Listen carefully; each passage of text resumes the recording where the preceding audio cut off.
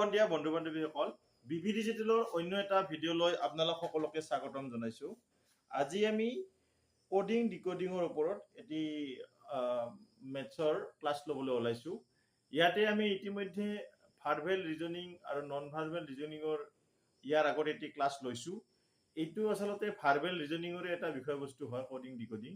গতিকে এইটো আমাৰ কেনেহেন ধৰণৰ হয়, কেনেহেন ধৰণৰ প্ৰশ্ন আহিব পাৰে বিভিন্ন ধৰণৰ এক্সামত, তাৰ আমি চমু আভাস এটা আজি দিব ওলাইছোঁ। পৰৱৰ্তী পৰ্যায়ত আমি আৰু বিস্তৃতভাৱে এই বিষয়বস্তুৰ ওপৰত আলোকপাত কৰিম।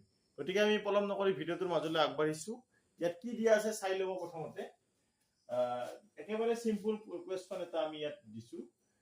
যদি ৰ'জ ইকুৱেল 6821, শ্বেয়াৰ ইকুৱেল 73456 আৰু প্ৰিচ ইকুৱেল 961473 হয়, তেন্তে চাৰ্জ ইকুৱেল হোৱাট? ইয়াতে অপশ্যন কেইটা চাব। 241763 A number option, B number option 214673, C number option 124736 আৰু ডি নম্বৰ অপশ্যন 214672। গতিকে ইয়াতে আমি এনেহেন ধৰণৰ যেতিয়া প্ৰব্লেম আহিব, আমি কেনেহেন ধৰণে কৰিম, তাৰ কাৰণে আমি অলপমান এই কথাখিনিৰ ওপৰত ৰ'জ, শ্বেয়াৰ আৰু প্ৰিচৰ এগেইনষ্টত যে কেইটা কড দিয়া আছে, এই কড কেইটাৰ বিষয়ে আমি অলপমান ভিতৰত সোমাব লাগিব। ইয়াতে আমি যদি চাওঁ, ইয়াতে কি কি আছে ৰ'জত। ৰ'জ বুলি ক'লে আমাৰ আচলতে ৰ'জ বুলি ক'লে কি কি আছে? আৰৰ সলনি আমাৰ ইয়াতে কি আছে সংখ্যা, এইটো চাব লাগিব। 6 আছে। অৰ সলনি কি আছে?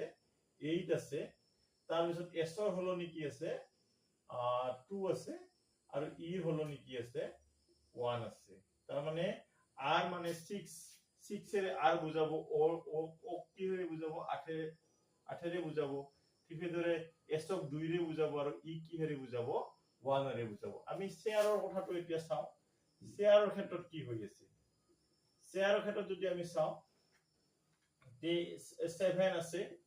তাৰপিছত h মানে 3, a মানে কি 4, i মানে 5 আৰু r মানে হল কি 6। ইয়াতে আমি দেখিছো এই r মিলি গৈছে। গতিকে এনেকে আমাৰ কি হ'ব?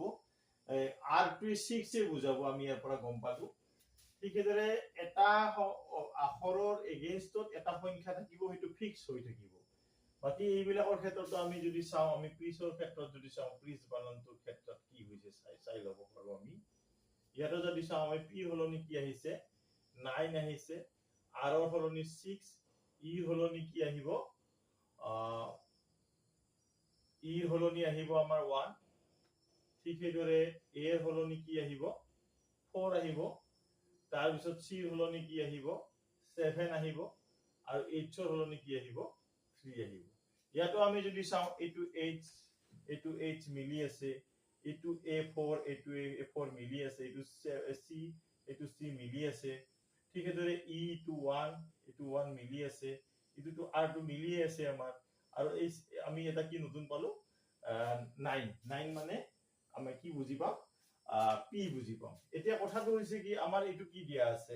s c a r c h। এছৰ সলনি এছ টো চাই লওক, এছ টো ক'ত আছে? 2। এছৰ সলনি 2। ইটোত কি আছে? আমি যদি চাওঁ 1 পাম। এইটোত কি আছে? আমি ইয়াতে যদি চাওঁ 4 পাম। ঠিক সেইদৰে r টোত কি পাম? আমি 6 পাম। তাৰপিছত চিত কি পাম? আমি ইয়াতে আছে 7 পাম। আৰু এইচত কি পাম? ইয়াতে যদি চাওঁ আমি 3 পাম। গতিকে এনেকে আমাৰ ইয়াৰ ডিকোডিংটো হৈ গ'ল। চাৰ্জ মানে কি পালো? আমি 214673 পালো। গতিকে এনেকে আমি আচলতে কৰি চাব লাগিব। আৰু এনেকে কৰি চোৱাৰ পিছত ইয়াতে যিটো আমাৰ স্পেলিং থাকিব, সেই স্পেলিঙৰ এগেইনষ্টত আখৰৰ বিপৰীতে আমাৰ সংখ্যাবিলাক যেতিয়া বহুৱাই দিওঁ, তেতিয়া আমি কি পাম? ৰিজাল্টটো পাই যাম। এনেকে আমি দেখিলো কি যে আমাৰ বি নম্বৰ অপশ্যনটো হ'ব ইয়াৰে শুদ্ধ এনসাৰ। এনেকে আমি এনেহেন ধৰণৰ সমস্যাবিলাক সমাধান কৰিব পাৰিম। বন্ধু বান্ধৱীসকল, এতিয়া আমি 2 নম্বৰ প্ৰশ্নটোলৈ আহিছো। ইটো আগৰ নিচিনাই, কিন্তু অলপমান বেলেগ হয়। ইয়াত কি দিয়া আছে চাই ল'ব। যদি FULFN W ইকুৱেল ক্ৰিকেট হয় তেন্তে ULEULGH ইকুৱেল হোৱাট ইয়াতে অপচন কেইটা দিয়া আছে ইয়াতে A ব্লেড আছে B ব্লাইন্ড আছে C ব্ৰাছ আছে আৰু D আছে ব্ৰাইট এতে বি থাকা হেৰি দিয়ে হ'ব গতে কোনটো হ'ব এটো আমি এই ক্ষেত্ৰত কেনেকে উলিয়াম তে এই ক্ষেত্ৰত আমি কি কৰিব লাগিব আমাৰ যেকেটা এলফাবেট আছে এলফাবেট কেইটাৰ এগেইনষ্টত আমাৰ নাম্বাৰ বিলাক আমি প্ৰথমতে কি কৰি লব লাগিব লিখি লব লাগিব তেতিয়া আমাৰ এটো প্ৰবলেম সলভ কৰোতে সুবিধা হ'ব কেনেকে সলভ কৰিম আমি চাই লব আপোনালোকে ইয়াতে প্ৰথমতে আপোনালোকে নাম্বাৰ কেইটা লেখক এলফাবেট কেইটা A B C D E F G H I J K L M N O P Q R S T U V W X Y Z ইয়াতে এতিয়া নাম্বাৰ কেইটা লিখিম 1 2 3 4 5 6 7 8 9 10 11 12 13 14 15 16 17 18 নাম্বাৰ কেইটা লিখাতে এটা বস্তু চাব যাতে এই যেটো এছৰ এগেইনষ্টত যে 19 আছে যাতে 18 হৈ না যায় হেতু চাব 20 21 22 23 24 25 26 the 26 numbers 26 alphabet এনেকে আপনি লিখি লব লাগিব ইয়াৰ পিছত আমি এটো চাম f টো কি আছে f কি আছে 6 আহে তাৰ পিছত u কি আহে u টো আমি চাই লম u কি আছে আমাৰ 21 আছে 21 তাৰ পিছত আমাৰ কি আছে l ত কি আছে 12 এই 12 টো লিখি লও তাৰ পিছত কি আছে n ত কি আছে 14 এই 14 টো আমি লিখি লব লাগিব ইয়াতে তাৰ পিছত h ত কি আছে 8 আছে তাৰ পিছত w ত কি আছে 23 এইখিনি এটা এইখিনি কাৰ সমান বুলি কৈছে ক্ৰিকেটত সিট কি আছে চাব সিট আছে আমাৰ কি 3 আছে তাৰ পিছত আৰত কি আছে আৰত আছে আমাৰ 18 আৰত আছে 18 তাৰ পিছত আইত কি আছে আই যদি চাই 9 আছে তাৰ পিছত কি আছে আই সি সিট কি আছে 3 আছে আৰু 3 আহিল তাৰ পিছত এটো কি 3 হল নেকি 18 আহিল তাৰ পিছত আছে আই হলনি আমাৰ 9 আহিল 9 তাৰপিছত 3 হলনি আমাৰ আৰু কি আহিল 3 আহিল সি আছে নেকি ইয়াতে ক্ৰিকেট সি টো আছে বট ক্ৰিকেটত সি টো আছে সি হলনি আমাৰ 3 আহিল তাৰ পিছত আমাৰ ই হলনি কি আহিব ই হলনি যদি আমি ই টো চাও ই হলনি কি আহিব তে আমি এই প্ৰথমতে ইটো আমি ভালকে চাব লাগিব ইয়াত কি দিয়া আছে তে f টো কোড আছে 6 আছে u কি আছে u টো আছে কিমান 21 তাৰ পিছত আমাৰ l আহে কি হয় আমাৰ 12 তাৰ পিছত কি আছে f টো কি আহিব f টো যদি আমি চাও 6 আহিব তাৰ পিছত এটা আপোনালোকৰ সুবিধাৰ কাৰণে আমি অলপ আৰু এটা কাম কৰিছো ইয়াতে অলপমান গণ্ডগোল লাগিব পাৰে ইয়াতে আমি এটা কাম কৰিব পাৰো f টো লিখিলো u টো লিখিলো তাৰ এগেইনষ্টত নাম্বাৰ বিলাক আমাৰ দিয়াই আছে l তাৰপিছত আৰু f আহিল তাৰপিছত কি আহিল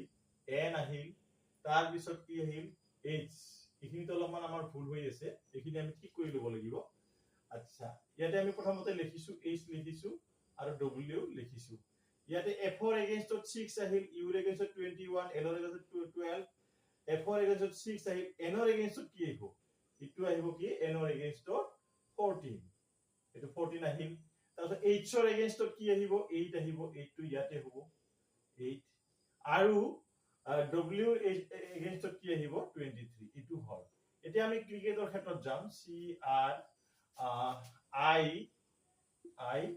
তাৰপিছত c k e t তে ইয়াতে আমাৰ চাব c ৰ হলনি আমাৰ 3 আহিছে তাৰ পিছত r ৰ হলনি আমাৰ কি আহিছে 18 আহিছে r2 এইটো তাৰ পিছত i ৰ হলনি আমাৰ কি আহিব 9 আহিছে এইটো তাৰ পিছত c ৰ হলনি আৰু 3 আহিল তাৰ পিছত k ৰ হলনি আমাৰ কি আহিব k টো আছে 11 এইটো 11 হ'ব তাৰ পিছত e ৰ হলনি আমাৰ কি আহিব 5 আহিব আৰু আমি লাস্ট যেটো ডিজিট আছে এটো হল কি লাস্ট যেটো এলফাবেট আছে 3 আছে t আছে t ৰ হলনি আমাৰ কি আহিব t টো আমাৰ কোড আছে t ৰ হলনি আমাৰ কি আহিব 20 আহিব এইটো হল এতিয়া এই দুটাৰ মাজত এটা সিমিলাৰিটি আছে আমি যদি খুব ভালকে চাও ইয়াৰ মাজত এটা সিমিলাৰিটি আছে হিটো কেনেহেন ধৰণৰ এই যে 6 টো আছে 6 ৰ পৰা যদি আমি 3 মাইনাস কৰো তেতিয়া 3 পাও 21 ৰ পৰা যদি আমি 3 মাইনাস কৰো তেতিয়া আমি কি পাম প্ৰত্যেকৰে 3 মাইনাস হ'ব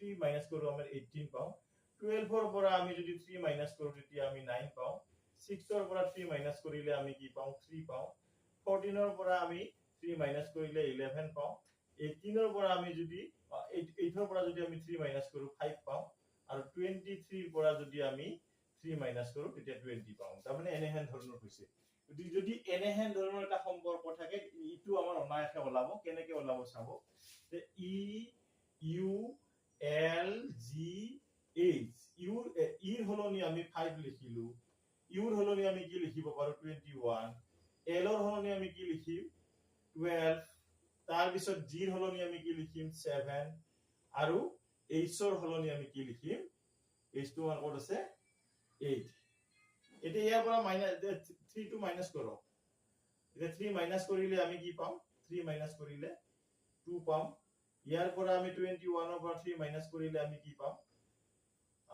18 পাম তাৰ পিছত 12 ৰ পৰা যদি আমি 3 মাইনাস কৰো কি পাম 9 পাম 7 ৰ পৰা 3 মাইনাস কৰিলে আমি 4 পাম তাৰ পিছত 8 ৰ পৰা আমি 3 মাইনাস কৰিলে কি পাম 3 মাইনাস প্ৰত্যেকবাৰ হৈছে 5 পাম এটা 2 টো আমি কি আছে আমাৰ b আছে 18 ত কি আছে 18 যদি আমি চাও r আছে আমি 9 কোড আছে 9 টো আমি কোড পাম i আছে তাৰ পিছত আমি যদি 4 ৰ কথাটো চিন্তা কৰো তেতিয়া আমি কি পাম d পাম তাৰ পিছত যদি আমি 5 ৰ কথা চিন্তা কৰো আমি তেতিয়া কি পাম e পাম গতিকে আমি কি পালো এটা